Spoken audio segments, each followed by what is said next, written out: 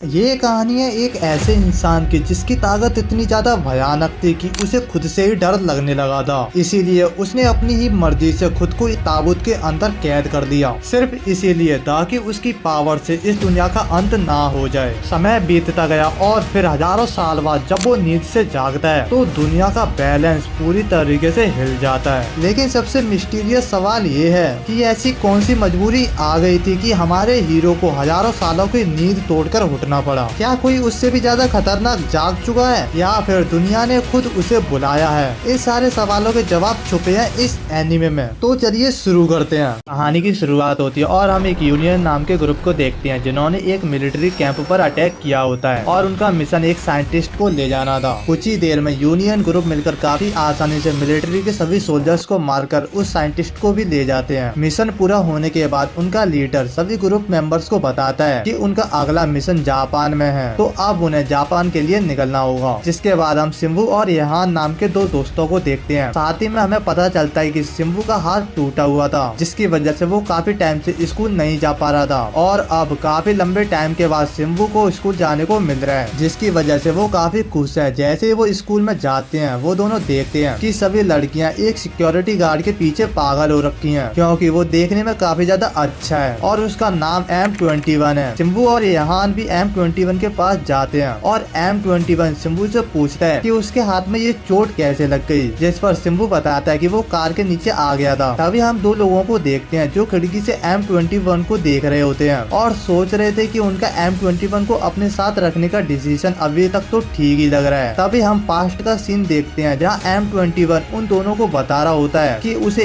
एक यूनियन नाम की साइंटिफिक ऑर्गेनाइजेशन ने बनाया है। फिर M21 बताता है कि सिर्फ वो और M24 ही थे जो उस एक्सपेरिमेंट से बच पाए थे, लेकिन M21 M24 को भी नहीं बचा पाया और वो अकेला ही एक्सपेरिमेंट है। फिर M21 से फ्रैंकस्टीन कहता है कि अब उसके पास कहीं जाने की जगह नहीं है क्योंकि जिस जगह में M21 को बनाया गया था वो जगह डिस्ट्रॉय हो चुकी है। इसीलिए फ्रैंकस्टीन M21 को उसके साथ रहने को कहता है, पर M21 को समझ नहीं आ रहा था कि वो लोग उसके साथ इतने अच्छे से क्यों बन रहे हैं क्योंकि उसने तो इतना कुछ ऐसा किया भी नहीं है। जिस पर फ्रैंक कहता है कि उसके लिए सिर्फ उसके मास्टर के ऑर्डर जरूरी हैं, बाकी कुछ भी नहीं है। और हमें पता चलता है कि फ्रैंकस्टीन का मास्टर वही दूसरा लड़का है जिसका नाम राइजल है। फिर फ्रैंकस्टीन M21 से कहता है वो उसे वहाँ फ्री में तो रहने नहीं देंगे, रहने के बदले M21 को उसके स्कूल के स्टाफ में ज्वाइन होना होगा। जिसके बाद हमें पता चलता है कि राइजल भी सिम्बू और यहान की क्लास में है और वो उन दोनों का दोस्त भी है। फिर ऐसे ही स्कूल का पूरा दिन बीत जाता है। फिर घर जाते हुए सिम्बू और यहान राइजल से पूछते हैं कि क्या वो उसके घर गेम खेलने आना चाहेगा, पर राइजल कोई जवाब नहीं देता, जिसकी वजह से उन दोनों को लगता है कि राइजल का खुद का कोई प्लान होगा। इसीलिए राइजल स्कूल के चेयरमैन के घर पर ही रहता है और स्कूल का चेयरमैन फ्रैंकस्टीन है। साथ ही सिम्बू कहता है कि राइजल के पास फोन भी नहीं है जिससे वो उसके साथ कनेक्ट कर सके। उसके बाद हमारा सीन शिफ्ट होता है और हम देखते हैं कि फ्रैंकस्टीन M21 से पूछ रहा होता है कि उसका आज का दिन कैसा गया, जिस पर M21 कहता है कि उसे यहाँ पर कुछ ज्यादा एंजॉय नहीं करना है क्योंकि वो बस रहने के बदले में ड्यूटी कर रहा है। तभी वहाँ राइजल भी आ जाता है और फ्रैंकस्टीन से कहता है कि दुनिया पहले से कितनी बदल चुकी है और राइजल फ्रैंकस्टीन से बोन के बारे में बात करने लगता है। ये सुनकर फ्रैंकस्टीन भी काफी ज्यादा हैरान था और वो जल्दी से जल्दी राइजल के लिए फोन लाने को कहता है। अगले दिन सिम्बू राइजल के हाथ में फोन देखकर काफी ज्यादा हैरान हो जाता है और काफी खुश भी था क्योंकि अब उन्हें राइजल से बात करने के लिए चेयरमैन के पास कॉल करने की कोई जरूरत नहीं थी। लेकिन राइजल को फोन चलाना नहीं आता था, इसीलिए ईहान उसे फोन के बारे में हर चीज समझाने लगता है क्योंकि ईहान टेक्निकल चीजों में काफी अच्छा है। तभी हम देखते हैं उसके स्कूल में कुछ गुंडे घुस जाते हैं जो कि किसी लाल बाल वाली लड़की को ढूंढ रहे थे। M21 उसे रोकना चाहता था पर उसे छुपे रहने के ऑर्डर मिले थे, लेकिन तभी एक सफाई वाला ओल्ड मैन उन गुंडों को रोकने उनके बीच चला जाता है, पर वो गुंडा उस ओल्ड मैन की कोई बात नहीं सुनता और उसे मारने भी वाला होता है। पर तभी सिम्बू बीच में आ जाता और उस गुंडे को रोक देता है। तभी हमें पता चलता है कि वो गुंडा सिम्बू को ही ढूंढ रहा था क्योंकि सिम्बू ने उस गुंडे की गर्लफ्रेंड को छेड़ने की कोशिश की थी। ये सुनकर ईहान सिम्बू से पूछता है कि क्या उसने सच में किसी लड़की को छेड़ने की कोशिश की थी। इससे सिम्बू को याद आता है कि आज स्कूल आते हुए उसने सिर्फ एक लड़की को गिरने से बचाया था, पर वो गुंडा इस बात से काफी गुस्से में था और इसीलिए वो सिम्बू पर अटैक भी करने लगता है। सिम्बू उस गुंडे के कुछ मुक्कों से बचता तो है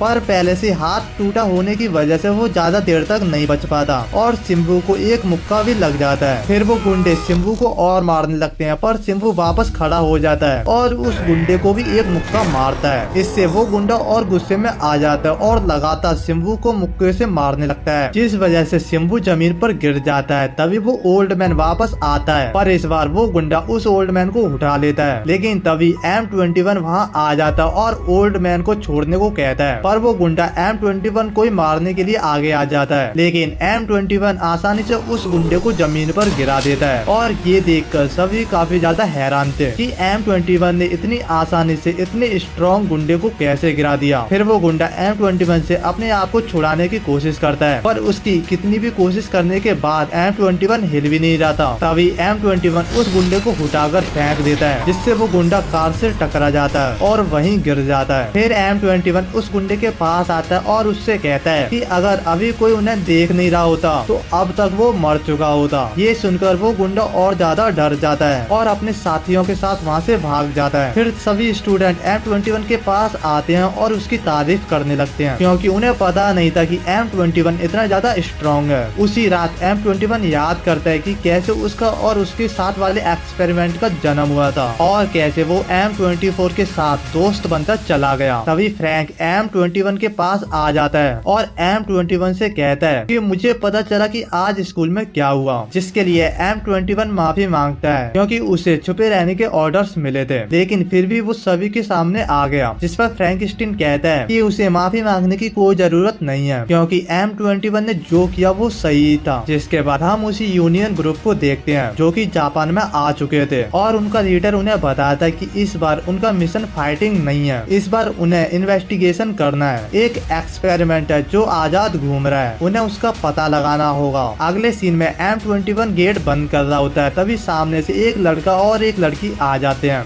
M21 जैसे उन्हें देखता है उसे बिल्कुल वैसी पावर महसूस होती है जैसे कि राइजल से होती है। फिर वो लड़का M21 से हेड ऑफिस का रास्ता पूछता है, जिसके बाद वो दोनों फ्रैंकस्टीन के सामने आ जाते हैं। फिर वो लड़का अपना नाम रेगिस बताता है और वो लड़की अपना नाम सेरा बताती है। फिर रेगिस कहता है कि उसने सुना है कि ये स्कूल इस एरिया में सबसे बेस्ट है। तारीफ के लिए फ्रैंकस्टीन रेगिस का थैंक्स करता है। तभी रेगिस फ्रैंकस्टीन को अपनी पावर दिखाता है, जिसकी वजह से फ्रैंकस्टीन थोड़ा हैरान होता है, क्योंकि उसकी पावर बिल्कुल राइजल जैसी थी। इन दोनों के बात करने के तरीके से फ्रैंकस्टीन समझ जाता है कि वो दोनों उसे एक नॉर्मल इंसान समझ रहे हैं। फिर फ्रैंकस्टीन उनका एडमिशन करने के लिए मान जाता है और तभी फ्रैंकस्टीन मैसेज करके राइजल को भी सारी बातें बता देता है। कुछ देर बाद हम देखते हैं कि रेगिस और सिएरा को टीचर इंट्रोड्यूस करते हैं और जैसे रेगिस राइजल को देखता है वो थोड़ा सा हैरान हो जाता है, क्योंकि इससे पहले उसने ऐसा कभी फील नहीं किया था। लंच में भी सभी साथ बैठकर खाना खाते हैं और शिंबू देखते हैं कि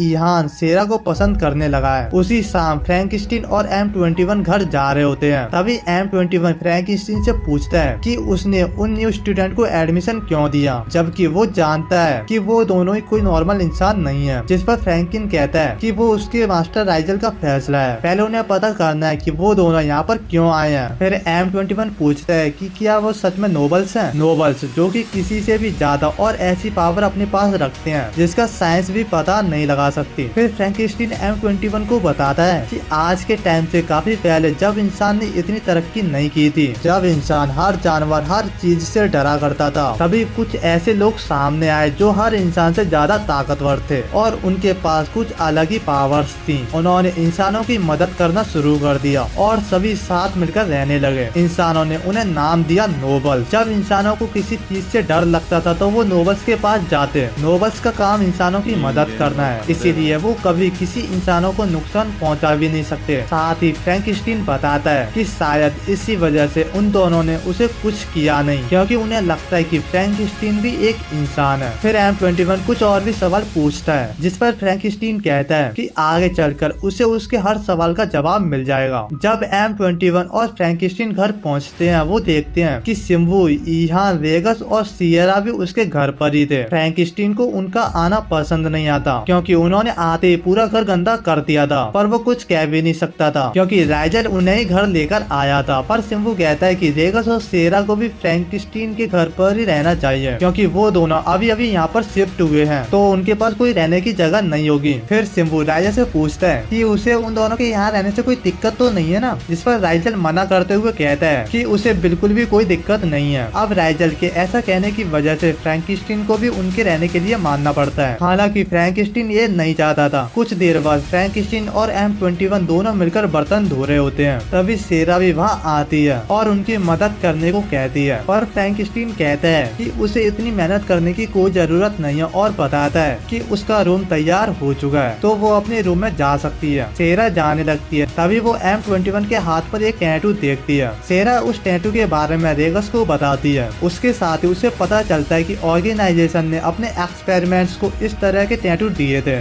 और एक्सपेरिमेंट के हिसाब से उन्हें उनके नंबर भी दिए गए हैं। ये जानकर रेगस भी बताता है जब उसने पहली बार M21 को देखा था तब उसे कुछ अजीब तो लगा ही था। कुछ देर बाद रेगस M21 के पास आ जाता है। फिर रेगस M21 से कहता है कि उसे ऐसे लोग बिल्कुल भी पसंद नहीं है जो पावर के लिए अपनी इंसानियत को छोड़ दें। ये सुनकर M21 समझ जाता है कि रेगिस को उसकी सच्चाई का पता चल गया है। दूसरी तरफ शिंबू और उसके दोस्त घर जा रहे होते हैं, पर तभी कुछ गुंडे वहाँ आ जाते हैं और उन्हें परेशान करने लगते हैं। शिंबू उन्हें रोकने की कोशिश करता है, पर तभी एक आदमी राइजल के गले पर चाकू रख देता है और उन सभी को उनके साथ चलने को कहता है। वहीं रेगिस M21 से पूछ रहा होता है कि क्या जो पिछले टाइम में घटनाएं हो रही हैं उनके पीछे M21 या उसके साथियों का हाथ है, जिस पर M21 मना करता है और बताता है कि जिनकी वजह से ये सब हुआ था वो लोग पहले ही मर चुके हैं। पर रेगिस को M21 की बातों पर यकीन नहीं होता है और वो M21 का माइंड कंट्रोल करने की कोशिश करता है, पर M21 माइंड कंट्रोल से बचता है। लेकिन तभी रेगिस M21 पर अटैक कर देता है, पर वो अपने वेपन की मदद से बच जाता है और उससे हंसते हुए कहता है कि उसे आदत नहीं होगी कि कोई इंसान उस जैसे किसी नोबल से फाइट करे। M21 रेगिस पर अटैक करता है, पर रेगिस M21 का हाथ पकड़कर उसे फेंक देता है। तभी सेरा रेगिस को माइंड टू माइंड बताती है कि वो और उसके दोस्त थोड़ी मुसीबत में है। वहीं हम देखते हैं कि ये सब कुछ उसी गुंडे का किया होता है जो कुछ दिन पहले उसके स्कूल में आया था और आज वो अपने साथियों के साथ शिंबू से बदला लेने के लिए आया है। शिंबू अपने दोस्तों को पीछे होने को कहता है और खुद अकेले सभी गुंडों से फाइट करने लगता है। सभी गुंडे शिंबू को मारने के लिए आगे आते हैं, पर शिंबू अकेले ही उन सभी से फाइट कर रहा था। वो गुंडे बहुत सारे थे जिसकी वजह से वो धीरे धीरे शिंबू पर भारी पड़ने लगते हैं। तभी वहाँ रेगिस और M21 आ जाते हैं। M21 रेगिस को दूसरों के सामने उसकी पावर यूज करने से रोकता है और बताता है कि उसकी पार्टनर सेरा सेफ है। फिर वो दोनों भी शिंबू को फाइट करते हुए देखने लगते हैं। रेगिस काफी ज्यादा हैरान था शिंबू के इतने लोगों से अकेले ही फाइट करते हुए देखकर। उसके बाद M21 बताता है कि इंसान भी फाइट कर सकते हैं अगर उनके पास फाइट करने की सही वजह हो तो। तभी एक गुंडा शिंबू को गन से शूट करने वाला होता है, पर M21 आकर उसे रोक देता है और तभी एक दूसरा गुंडा M21 को मारने वाला होता है, पर M21 उसे भी रोक लेता है और सभी को ये फाइट बंद करने को कहता है। M21 को गुस्से में देखकर सभी लोग भागने लगते हैं, जिसके बाद सभी लोग घर जाने लगते हैं और रेगिस M21 से कहता है कि इंसान जब से काफी ज्यादा बदल चुके हैं तब से उसने उन्हें पहली बार देखा था। जिस पर M21 कहता है कि इंसान हमेशा गिरोह होते हैं और उनमें आगे बढ़ने की भूख है। जिसके बाद हम उसी यूनियन के लोगों को देखते हैं और इसी के साथ हमारा पार्ट 1 यहीं पर खत्म हो जाता है। एंड नेक्स्ट पार्ट के लिए आप मुझे एक प्यारा सा कमेंट कर दीजिए एंड इस चैनल को सब्सक्राइब कर दीजिए। नेक्स्ट पार्ट में जल्दी लेकर आऊंगा।